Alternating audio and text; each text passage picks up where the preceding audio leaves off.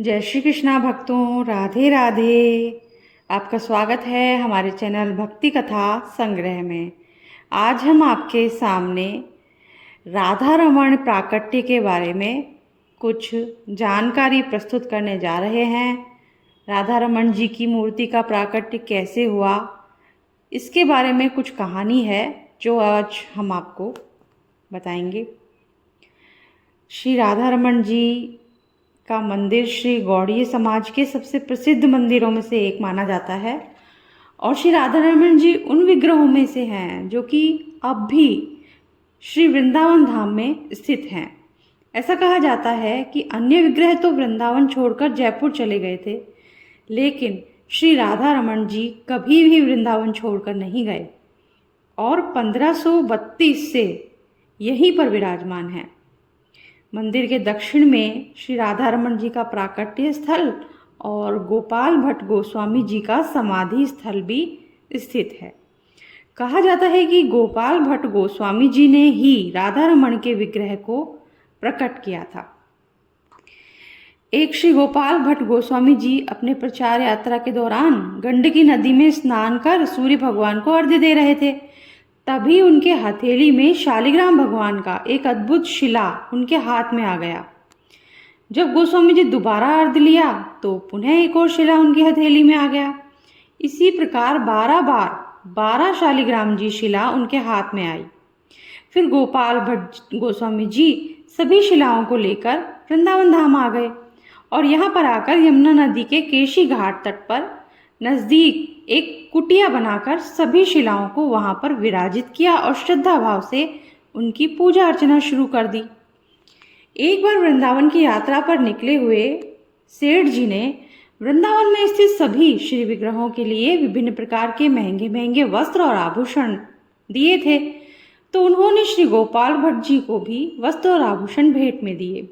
परंतु यह बात जब बात श्री शालिग्राम जी की आई तो वो सोचने लगे कि शालिग्राम जी को कैसे वस्त्र धारण कराए जाएं।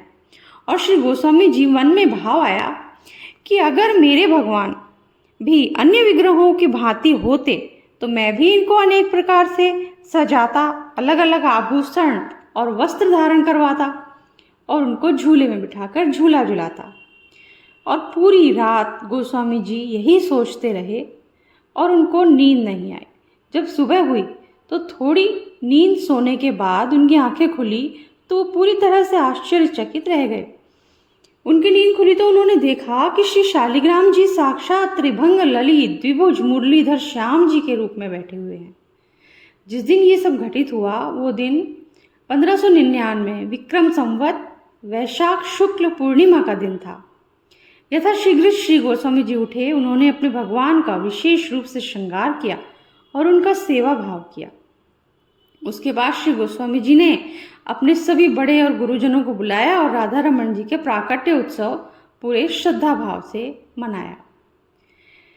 भगवान राधा रमण जी गोस्वामी जी के आवास के निकट एक पीपल के पेड़ के नीचे प्रकट हुए थे। यह वही दिव्य स्थल है जहां करीब 4500 वर्ष पूर्व भगवान श्री कृष्ण एक रास के दौरान श्री राधा जी से समाधि ले लिए थे। परंतु गोपाल भट्ट गोस्वामी जी के निवेदन पर फिर उसी जगह विग्रह के रूप में वे प्रकट हुए।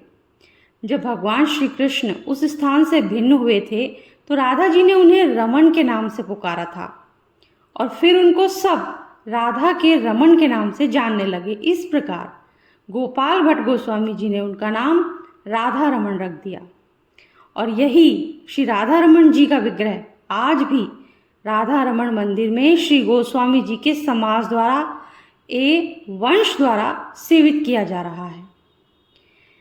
राधा रमण जी का विग्रह तो सिर्फ 12 अंगुल का ही है, परंतु इसका दर्शन इतना मनमोहक होता है कि इसको देखकर कोटिक कामदेव भी मूर्छित हो जाएंगे। नेपाल के एक कांडी नदी में एक बार गोपाल भट्ट गोस्वामी जी के सेवा भाव से प्रसन्न होकर 12 शालिग्राम जी ललित त्रिभंग और बंशीधारी के रूप में मिले थे। तो लाल जी को पीछे से देखने पर ऐसा प्रतीत होता है मानो जैसे श्री शालिग्राम जी हैं, और ऐसा प्रतीत होता है जैसे फूलों से भी ज्यादा नाजुक कमल चरणों वाले और वेणु वादन की मुद्रा में हमेशा अपने होठों पर मंद मंद मुस्कान लिए श्री राधा रमन जी सभी भक्तों के हृदय में रमण करते हैं।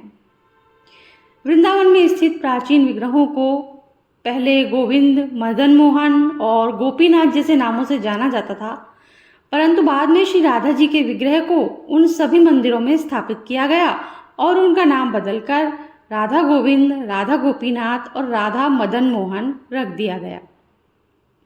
लेकिन श्री राधा रमन भगवान केवल एक ही रूप में राधा और कृष्ण जी हैं, जिससे ये साफ होता है कि उनके साथ राधा रानी का कोई और अलग विग्रह नहीं है, लेकिन राधा जी के पवित्र नाम की पूजा उनके वाम भाग में की जाती है। राधा रमन जी के बारे में एक दिलचस्प कहानी ये भी मानी जाती है कि श्री कृष्ण के विग्रह के अलावा किसी और विग्रह में बांसुरी नहीं पकड़ते।